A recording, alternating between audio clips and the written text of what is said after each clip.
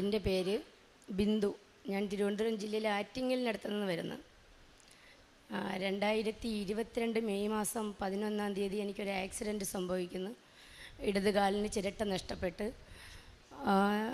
ആ സമയത്ത് എൻ്റെ ഇളയ മോള് എൻജിനീയറിംഗ് റാങ്ക് ഹോൾഡറായിട്ട് വന്നിട്ട് സിവിൽ സർവീസിന് ഡൽഹി പഠിക്കാൻ പോയി നിൽക്കുന്ന സമയമാണ്.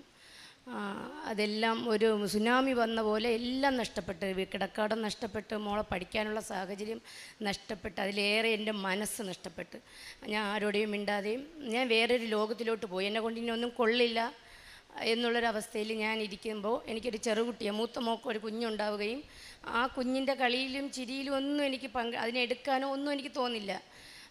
അങ്ങനെ കരയുക മാത്രമാണ് ചെയ്തത്. നിറച്ച് 30 മാസം ഞാൻ കരയുകയേ ചെയ്തിട്ടുള്ളൂ, ചിരിച്ചിട്ടില്ല. ചിരിക്കാൻ ഞാൻ മറന്നുപോയി. എൻ്റെ മക്കൾ ചോദിക്കുമായിരുന്നു, അമ്മയ്ക്ക് ചിരിക്കാൻ അറിയില്ലേന്ന്. വീട്ടിലൊരു ഉത്തരവാദിത്തങ്ങളിലും ഞാൻ പങ്കെടുക്കില്ല. ഞാൻ അങ്ങനെ ഒരാളെ അല്ലായിരുന്നു.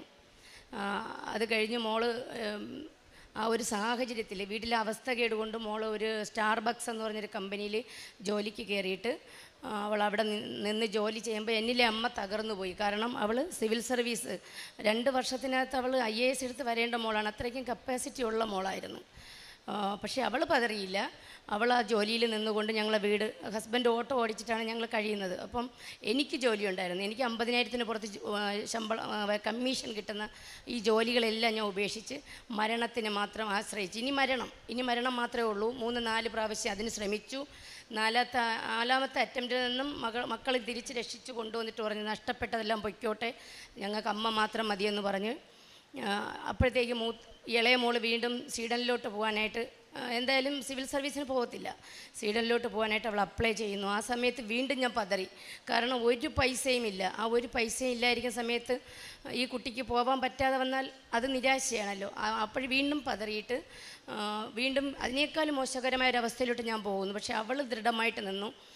അങ്ങനെ ഈ സങ്കടകരമായ അവസ്ഥയിൽ ഒരു രാത്രിയിൽ ഞാൻ എപ്പോഴും നോർമലല്ല, എനിക്കറിയാം ഞാൻ അബ്നോർമലാണ്. ചില സമയത്ത് എനിക്ക് ഫുൾ ബോധം വരും, എൻ്റെ അവസ്ഥയും എല്ലാം എനിക്ക് വരും. ആ സമയത്ത് ഒരു രാത്രി 2 മണിക്ക് എൻ്റെ ഒരു ടീച്ചർ, ഒരു നായർ സ്ത്രീയാണ്, ഞാനൊരു ഹിന്ദുവാണ്, അവർ ഭയങ്കരമായിട്ട് ഓർത്തഡോക്സ് ആയിട്ടുള്ള ഒരാളാണ്, അവരെ മതത്തിൽ വിശ്വസിക്കുന്ന ഒരാളാണ്. പക്ഷേ അവർ വിളിച്ചിട്ട് പറഞ്ഞു, ബിന്ദു, ഞാൻ ഫോൺ തുറന്ന് നോക്കിയപ്പോൾ എനിക്ക് കൃപാസനത്തിൽ ഒരു ലിങ്ക് എനിക്ക് ഒരു കുട്ടി അയച്ചേക്കുന്നു.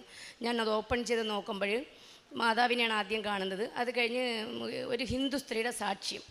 അതിനിടയിൽ വീണ്ടും മാതാവിനെ കാണിച്ചപ്പോൾ ബിന്ദു കരയുന്ന രൂപമാണ് ഞാൻ പിന്നെ കാണുന്നത്. മാതാവിനെ ഞാൻ പിന്നെ കാണുന്നേ ഇല്ല.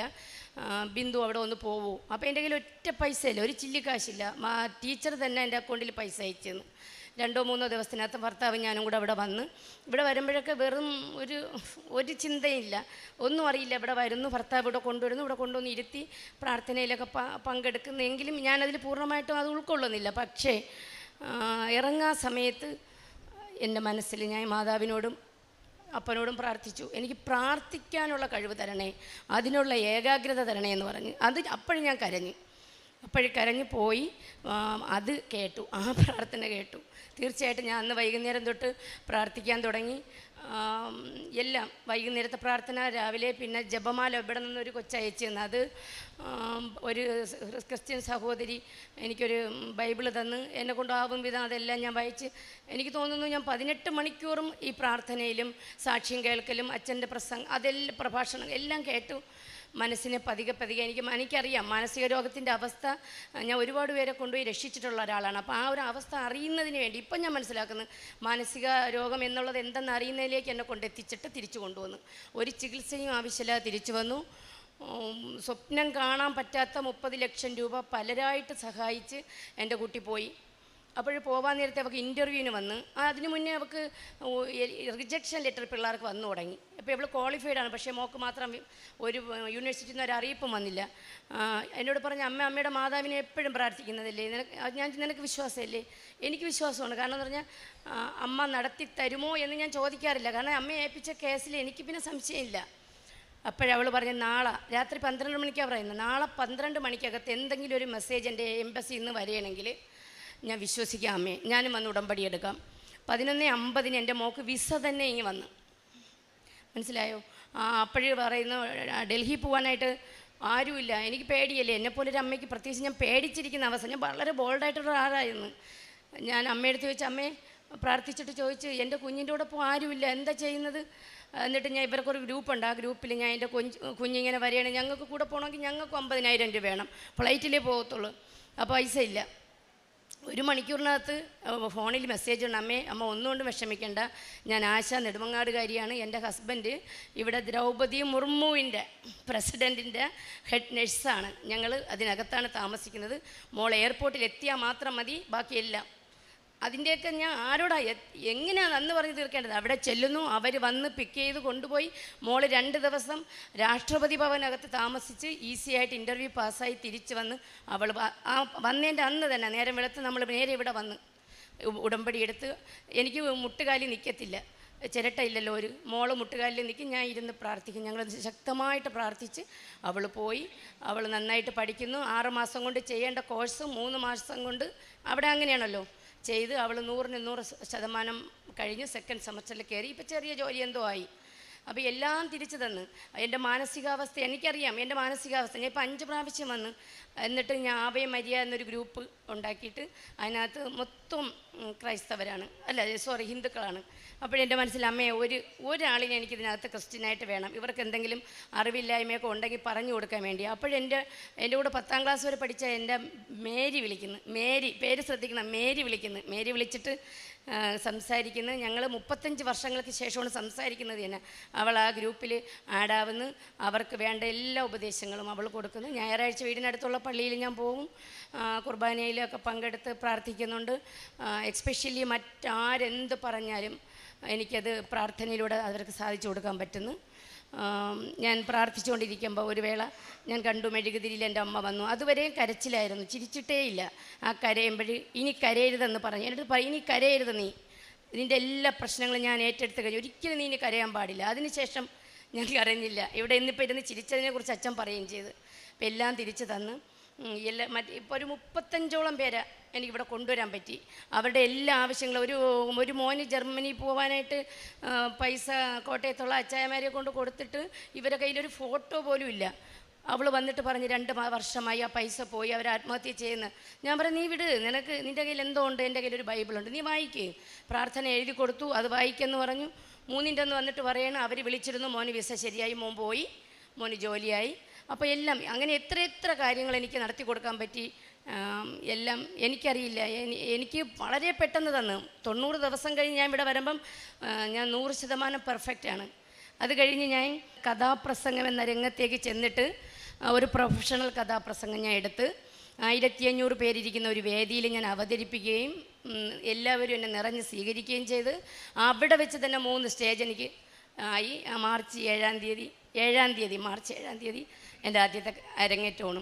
അപ്പോൾ ഇതെല്ലാം തന്ന അമ്മയോടും തിരുകുമാരനോടും നന്ദി പറയുന്നു. ചെറുതിൽ എനിക്ക് വിശ്വാസമുണ്ട്.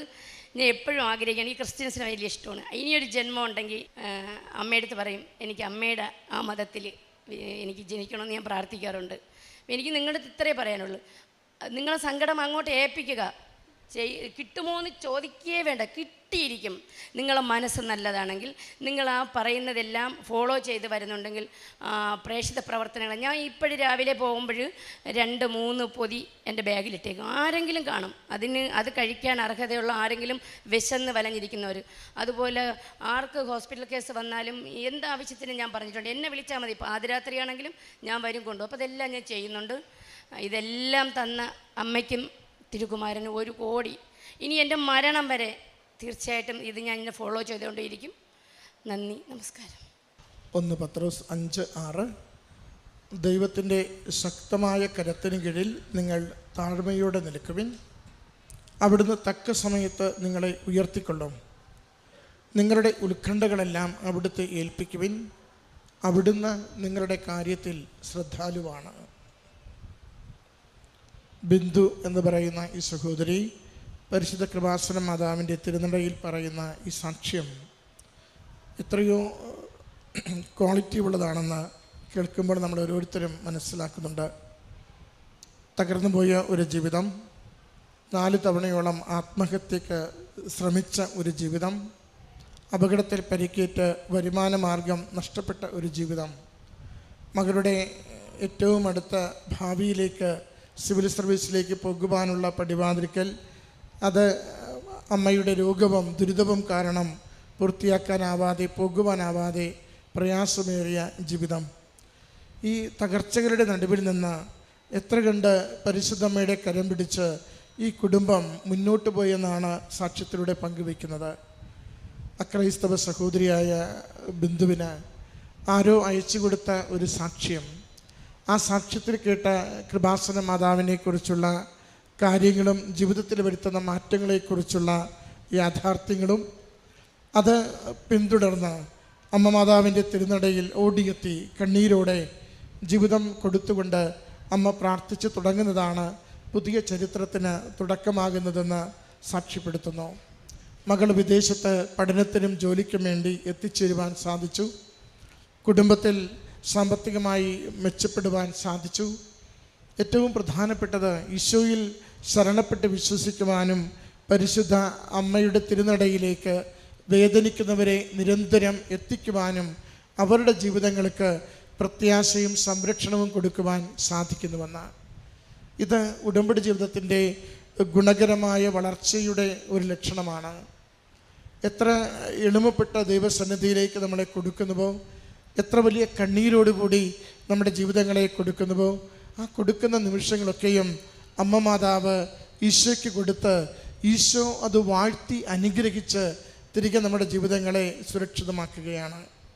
സിവിൽ സർവീസ് മകൾക്ക് നഷ്ടപ്പെട്ടെങ്കിൽ അതിലും മികച്ച ഒരു ജോലിയിലേക്ക് വിദേശത്തേക്ക് എത്തിച്ചേരാൻ പറ്റുന്ന വിധത്തിൽ മകളുടെ ജീവിതത്തെ ഉയർത്തുന്നത് അമ്മ സാക്ഷ്യപ്പെടുത്തുന്നുണ്ട്. മാനസിക അസ്വസ്ഥതകളിലൂടെ അമ്മ കടന്നു പോകുന്ന, വളരെ തകർന്നു പോകാമായിരുന്ന ജീവിതത്തിൻ്റെ വക്കിൽ നിന്ന് ഇന്ന് ഏറെ പ്രാപ്തിയോടെ മനോധൈര്യത്തോടെ ഏതൊരു പ്രതിസന്ധിയെയും നേരിടുവാൻ തക്ക വിധത്തിൽ അമ്മയ്ക്ക് ലഭിച്ച ആരോഗ്യത്തെ അമ്മ സാക്ഷ്യപ്പെടുത്തുന്നുണ്ട്. വലിയ കടബാധ്യതകളും ക്ലേശങ്ങളിൽ നിന്നും മാറിക്കൊണ്ട് ശാന്തതയോടെ ജീവിതത്തെ നയിക്കുവാൻ, വിശ്വാസത്തെ ആഴപ്പെട്ട് മുറുകെ പിടിച്ചുകൊണ്ട് മറ്റുള്ളവർക്ക് വിശ്വാസം കൈമാറുവാൻ തക്കവിധം ജീവിതത്തെ നയിക്കുവാൻ പറ്റുന്ന അനുഭവങ്ങളെ അമ്മ സാക്ഷ്യപ്പെടുത്തുന്നുണ്ട്. നമുക്കും ഇത് പകർന്നു തരുന്ന പ്രത്യാശ ജീവിതത്തിൻ്റെ ഏതൊരവസ്ഥയിലും പരിശുദ്ധ കൃപാസന മാതാവിലേക്ക് നമ്മൾ ജീവിതത്തെ ചേർത്ത് വയ്ക്കുമ്പോൾ അത് അനുഗ്രഹമായി തീരും. ആവർത്തിച്ച് അമ്മ പറയുന്നുണ്ട്, കൃപാസന മാതാവിൻ്റെ തിരുനടയിൽ ഒരു നിയോഗം സമർപ്പിച്ചാൽ പിന്നീട് അതിനെക്കുറിച്ച് എപ്പോഴും നിങ്ങൾ ആദ്യ പിടിക്കരുത്. അമ്മയുടെ ഉത്തരവാദിത്തമാണ് നിങ്ങളുടെ ജീവിതത്തെ ക്രമപ്പെടുത്തുക. നമ്മുടെ ഉത്തരവാദിത്തം നമ്മുടെ ജീവിതം ദൈവഹിത പ്രകാരം ക്രമപ്പെടുത്തുക എന്നുള്ളതാണ്. ജോസഫ് അച്ഛൻ ഉടമ്പടി ധ്യാനത്തിൽ എപ്പോഴും പറയും, നിങ്ങൾക്കൊരു നിയോഗമുണ്ടെങ്കിൽ അത് കൃപാസന മാതാവിനെ ഏൽപ്പിച്ചു കഴിഞ്ഞാൽ, എഴുതി സമർപ്പിച്ചാൽ പിന്നീട് അത് തന്നെ നിരന്തരം പറഞ്ഞുകൊണ്ട് നടക്കരുത്, പ്രാർത്ഥിച്ചുകൊണ്ട് നടക്കരുത്.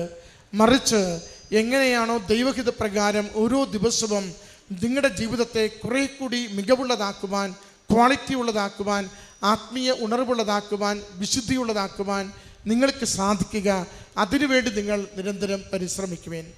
അതാണ് വിശുദ്ധ കുർബാനയിലൂടെ, രണ്ടാഴ്ചയിലൊരിക്കലുള്ള കുമ്പസാരത്തിലൂടെ, അനുദിനമുള്ള വചനവായനയിലൂടെ, ദരിദ്രരോട് അനുകമ്പ പ്രകടിപ്പിക്കുന്ന കാരുണ്യ പ്രവൃത്തികളിലൂടെ, സുവിശേഷം കൈമാറിക്കൊണ്ട് ദൈവത്തിൻ്റെ നന്മകളെ പറയുന്ന പ്രേക്ഷിത പ്രവർത്തനങ്ങളിലൂടെ, ഉപവസിച്ച് ആത്മസംയമനത്തിൽ വളരുന്നതിലൂടെ നമ്മൾ എന്നും പരിശ്രമിക്കേണ്ടതെന്ന് അച്ഛൻ ധ്യാനത്തിൽ നമ്മളെ ഓർമ്മിപ്പിക്കുന്നുണ്ട്. അതുകൊണ്ട് ഈ സാക്ഷ്യം നമുക്ക് കൈമാറിത്തരുന്ന സന്ദേശം ആദികളും വ്യാധികളും തടസ്സങ്ങളും പരാജയങ്ങളും തകർച്ചകളും അമ്മയെ ഏൽപ്പിക്കുക. അമ്മ മാതാവ് നമ്മുടെ കാര്യത്തിൽ ശ്രദ്ധാലുവാണ്. ജീവിതം ക്രമപ്പെടുത്തുക. ദൈവത്തിൻ്റെ ഇടപെടൽ ശക്തമായി സുനിശ്ചിതമായി നമ്മൾ ഓരോരുത്തരും അനുഭവിച്ചു കൊണ്ടിരിക്കും. നമുക്ക് അമ്മ മാതാവിലൂടെ ഈ മകൾക്ക് ലഭിച്ച, ഈ കുടുംബത്തിന് ലഭിച്ച എല്ലാ ബോധ്യങ്ങൾക്കും അനുഗ്രഹങ്ങൾക്കും നന്ദി പറഞ്ഞുകൊണ്ട് കരങ്ങളടിച്ച് ഈ സാക്ഷ്യം സമർപ്പിക്കാം. അത്യപൂർവ ദൈവാനുഭവങ്ങൾ ഇനി നിങ്ങൾക്കും സ്വന്തം. ഈ യൂട്യൂബ് ചാനൽ ഇതുവരെ സബ്സ്ക്രൈബ് ചെയ്തിട്ടില്ലെങ്കിൽ ഇപ്പോൾ തന്നെ സബ്സ്ക്രൈബ് ചെയ്യുക. ഈ വീഡിയോ ഇപ്പോൾ തന്നെ നിങ്ങളുടെ സുഹൃത്തുക്കൾക്ക് ഷെയർ ചെയ്തുകൊണ്ട് കർത്താവിൻ്റെ പ്രേക്ഷിതരാകുക.